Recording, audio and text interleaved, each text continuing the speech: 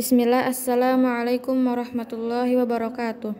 Alhamdulillah, wassalatu wassalamu ala rasulillah, la hawla wa la quwata illa billah, amma ba'du. Rabbis shrahli sadri, wa yassirli amri, wahlul uqdatam min lisani yafqahu qawli.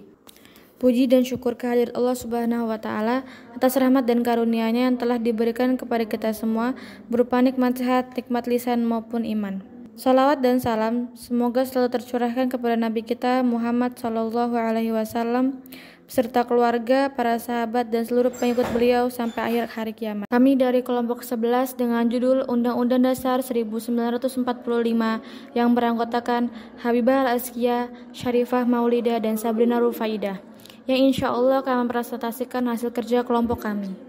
Dengan pembahasan materi yang pertama, sejarah Undang-Undang Dasar 1945. Yang kedua, pengertian Undang-Undang Dasar 1945. Yang ketiga, fungsi Undang-Undang Dasar 1945. Yang keempat, amandemen Undang-Undang Dasar 1945. Yang kelima, tujuan amandemen Undang-Undang Dasar 1945. Dan yang terakhir, aturan peralihan dan aturan tambahan Undang-Undang Dasar 1945. Di sini Ana akan menjelaskan sejarah perumusan dan penetapan Undang-Undang Dasar 1945. Latar belakang penyusunan Undang-Undang Dasar 1945 berawal dari Jepang yang tidak memenuhi janji untuk memberikan kemerdekaan bagi bangsa Indonesia. Maka diranjanglah Undang-Undang Dasar 1945 oleh BPUPKI, Badan Penyidik Usaha Persiapan Kemerdekaan Indonesia. Kemudian pada tanggal 29 Mei 1945 hingga 16 Juni 1945 dibentuk tim khusus untuk merancang Undang-Undang Dasar 1945. Tokoh-tokoh perancang Undang-Undang Dasar 1945 diantaranya Dr. Rajiman Weddio Diningrat, Otto Iskandar Dinata, dan Profesor Dr. Mr. Supomo. Kemudian pada tanggal 22 Juni disahkan Piagam Jakarta yang disusun oleh Panitia 9. Piagam Jakarta ini akan menjadi cikal bakal pembukaan Undang-Undang Dasar 1945 dengan sila pertama yang berbunyi ketuhanan yang berkewajiban menjalankan syariat Islam bagi pemeluk-pemeluknya. Kemudian, pada tanggal 7 Agustus 1945, BPUPKI dibubarkan karena telah menyelesaikan tugasnya dan dibentuklah PPKI. Sidang pertama PPKI dilaksanakan pada tanggal 18 Agustus 1945. Sidang pertama PPKI menghasilkan yang diantaranya, yang pertama, mengesahkan Undang-Undang Dasar 1945 dengan mengganti sila pertama menjadi ketuhanan yang Maha Esa. Kedua, mengangkat Insinyur Soekarno sebagai Presiden dan Dr. Andes Muhammad Hatta sebagai Wakil Presiden. Yang ketiga, Presiden sementara waktu akan dibantu oleh KNIP atau Komite Nasional Indonesia Pusat dalam menjalankan tugasnya. Undang-Undang Dasar 1945 yang ditetapkan mencangkup yang pertama, pembukaan terdiri dari 4 alinea, yang kedua, batang tubuh yang terdiri dari 16 bab, 37 pasal, 65 ayat aturan utama, 4 ayat aturan peralihan, 2 pasal aturan tambahan. Yang ketiga, penjelasan. Rumusan Pancasila sendiri terdapat pada alinea keempat pada pembukaan Undang-Undang Dasar 1945. Pembahasan kedua yaitu pengertian. Pengertian undang-undang secara umum adalah hukum yang telah disahkan oleh badan legislatif atau unsur ketahanan yang lainnya, yang dibuat oleh badan eksekutif dan disetujui presiden yang sifatnya mengikat pada sebuah wilayah atau negara tertentu. Fungsi Undang-Undang Dasar 1945.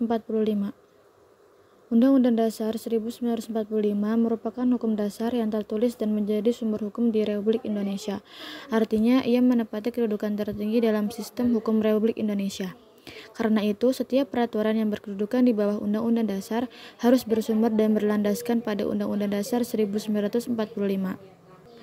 Kedudukan Undang-Undang Dasar 1945 sebagai sumber hukum itu membuat Undang-Undang Dasar ini mempunyai 3 fungsi. Yang pertama, fungsi UUD sebagai alat kontrol, yaitu alat kontrol terhadap hukum atau segala peraturan di bawahnya, yang bisa menjadi alat untuk mengecek atau menguji apakah suatu peraturan perundang-undangan di bawahnya sudah sesuai dengan Konstitusi RI atau malah bertentangan dengan Undang-Undang Dasar Negara Republik Indonesia. Yang kedua, fungsi UUD sebagai pengaturan. Artinya, UUD 1945 berperan mengatur kekuasaan negara, meliputi bagaimana cara menyusun, membagi, dan melaksanakan. Yang ketiga, yaitu fungsi UUD sebagai penentu, yaitu sebagai penentu atas hak dan kewajiban negara, aparat pemerintah, dan warga negara. Dengan demikian, penentuan hak maupun kewajiban lembaga negara, aparat negara atau pemerintah, dan warga negara harus dirumuskan sesuai dengan Undang-Undang Dasar 1945. Berapa kali amandemen Undang-Undang Dasar 1945? Undang-Undang Dasar 1945 mengalami 4 kali perubahan atau amandemen sejak Indonesia merdeka sampai saat ini. Tujuan amandemen ini adalah untuk menyempurnakan aturan dasar negara yang disesuaikan dengan aspirasi bangsa. Ditinjau dari segi sistematika, Undang-Undang Dasar 1945 sebelum perubahan terdiri dari 3 bagian, yaitu pembukaan, batang tubuh, dan penjelasan. Sementara setelah amandemen terdiri dari pembukaan dan pasal-pasal. Perubahan dilakukan dengan tetap mempertahankan pembukaan, karena kesepakatan awal bahwa perubahan Undang-Undang Dasar 1945 dilakukan secara addendum, yaitu perubahan satu dokumen yang mengubah isi dari dokumen awal tetapi tidak mengubah nama dokumen yang asli, dan karena pembukaan Undang-Undang Dasar 1945 merupakan sumber dari motivasi dan inspirasi perjuangan dan tekad bangsa Indonesia, dan juga sumber dari cita-cita hukum dan cita-cita moral yang ingin ditegakkan dalam lingkungan nasional dan internasional. Penetapan amandemen Undang-Undang Dasar 1945. Amandemen Undang-Undang Dasar 1945 ditetapkan dalam sidang umum dan sidang tahunan MPR sejak tahun 1999 hingga tahun 2002. Amandemen pertama Undang-Undang Dasar 1945, sidang umum MPR 1999 tanggal 14 sampai 21 Oktober 1999. Amandemen kedua Undang-Undang Dasar 1945, sidang tahunan MPR tahun 2000, tanggal 7 sampai 18 Agustus tahun 2000. Amandemen ketiga Undang-Undang Dasar 1945, sidang tahunan MPR tahun 2001, tanggal 1 sampai 9 November tahun 2001. Dan terakhir, amandemen keempat Undang-Undang Dasar 1945, sidang tahunan MPR tahun 2002, tanggal 1 sampai 11 Agustus tahun 2002. Tujuan amandemen Undang-Undang Dasar 1945. Menyempurnakan Undang-Undang Dasar 1945, menyempurnakan aturan dasar mengenai tatanan negara, memperluas partisipasi rakyat agar sesuai dengan perkembangan paham demokrasi, menyempurnakan aturan dasar mengenai kehidupan berbangsa dan bernegara, menyempurnakan aturan dasar mengenai jaminan dan perlindungan hak agar sesuai dengan perkembangan HAM, melengkapi aturan dasar dalam penyelenggaraan negara. Pembahasan selanjutnya yaitu aturan peralihan. Aturan peralihan atau ketentuan peralihan adalah ketentuan yang memuat penyesuaian pengaturan tindakan hukum atau hubungan yang sudah ada berdasarkan perundang-undangan yang lama terhadap peraturan perundang-undangan yang baru. Belum diubah, ketentuan aturan peralihan terdiri dari 4 pasal, yaitu Pasal 1, PPKI mengatur dan menyelenggarakan kepindahan pemerintahan kepada pemerintah Indonesia. Pasal 2, segala badan negara dan pengaturan yang ada masih langsung berlaku selama belum diadakan yang baru menurut Undang-Undang Dasar ini. Pasal 3, untuk pertama kali Presiden dan Wakil Presiden dipilih oleh Panitia Persiapan Kemerdekaan Indonesia. Dan pasal 4, sebelum MPR, DPR, dan Dewan Pertimbangan Agung dibentuk, menurut Undang-Undang Dasar ini, segala kekuasaannya dijalankan oleh Presiden dengan bantuan sebuah komite nasional. Setelah perubahan Undang-Undang Dasar 1945 menjadi 3 pasal, yaitu Pasal 1, segala peraturan perundang-undangan yang ada masih tetap berlaku selama belum diadakan yang baru menurut Undang-Undang Dasar ini. Pasal 2, semua lembaga negara yang ada masih tetap berfungsi sepanjang untuk melaksanakan ketentuan Undang-Undang Dasar dan belum diadakan yang baru menurut Undang-Undang Dasar ini. Pasal 3, Mahkamah Konstitusi dibentuk selambat-lambatnya pada 17 Agustus 2003 dan sebelum dibentuk segala kewenangannya dilakukan oleh Mahkamah Agung. Ketentuan peralihan diperlukan untuk mencegah kondisi kekosongan hukum akibat perubahan ketentuan dalam perundang-undangan. Perubahan dari ketentuan antara lain terkait dengan kondisi seperti pembagian wilayah, perluasan wilayah, peralihan kewenangan dari suatu lembaga ke lembaga lain, atau peralihan dari yurisdiksi pengadilan. Ketentuan peralihan sering dirumuskan bersamaan dengan ketentuan penutup. Pembahasan terakhir dari presentasi kelompok kami yaitu aturan tambahan.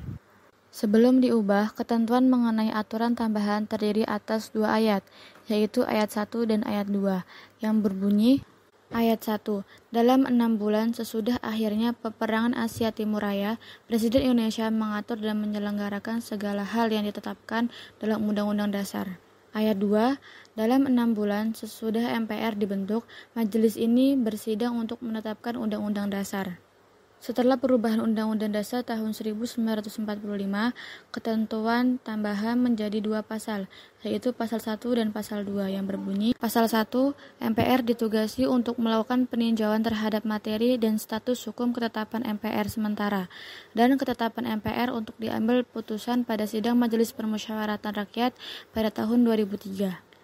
Pasal 2, dengan ditetapkannya perubahan Undang-Undang Dasar ini, Undang-Undang Dasar Negara Republik Indonesia tahun 1945 terdiri atas pembukaan dan pasal-pasal. Ketentuan tambahan ini dirumuskan dan berfungsi sebagai tindak lanjut adanya perubahan dalam suatu peraturan perundang-undangan, khususnya jika ada materi dalam peraturan perundang-undangan yang bersangkutan yang perlu ditinjau lagi. Aturan tambahan juga sekaligus berfungsi sebagai penegasan suatu materi maupun status materi tersebut dalam peraturan perundang-undangan. Hasil penjelasan sebelumnya dapat kita simpulkan bahwa sesungguhnya materi yang terkandung dalam Konstitusi Indonesia atau UUD 1945 mencakup beberapa hal mengenai bidang politik, ekonomi, hukum, dan HAM. Diaturnya hampir semua dalam Undang-Undang Dasar 1945, termasuk diantaranya keadilan dan perlindungan hak asasi manusia. Bahwasanya setiap manusia memiliki hak meliputi hak asasi pribadi, hak asasi ekonomi, hak asasi politik, hak asasi sosial dan kebudayaan, hak asasi yang dimana hak-hak tersebut tercantum dalam Undang-Undang Dasar 1945. Alhamdulillah, itulah materi yang bisa kami sampaikan. Kami mohon maaf jika ada kesalahan-kesalahan saat penyampaian materi. Kami ucapkan jazakumullah khairan atas perhatiannya. Wassalamualaikum warahmatullahi wabarakatuh.